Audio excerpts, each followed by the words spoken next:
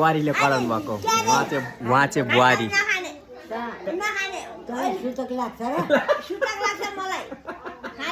उहाँ चाहिँ बुहारी के को सुतक लाग्छ तँलाई सुताक लाग्छ अरे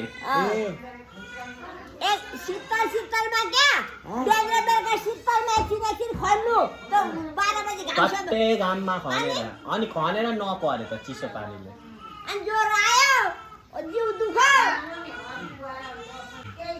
अहिले त्यही भएर बुढी माइलीलाई भन्नुभएको रेसमा खान मन लाग्छ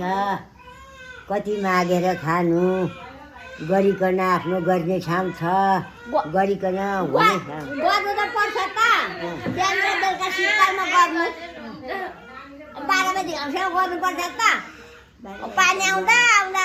लागेको घाम चाहिँ कस्तो आजको घाम कस्तो थियो आज त्यही पनि धेरै शीतल किन घरिघरि यो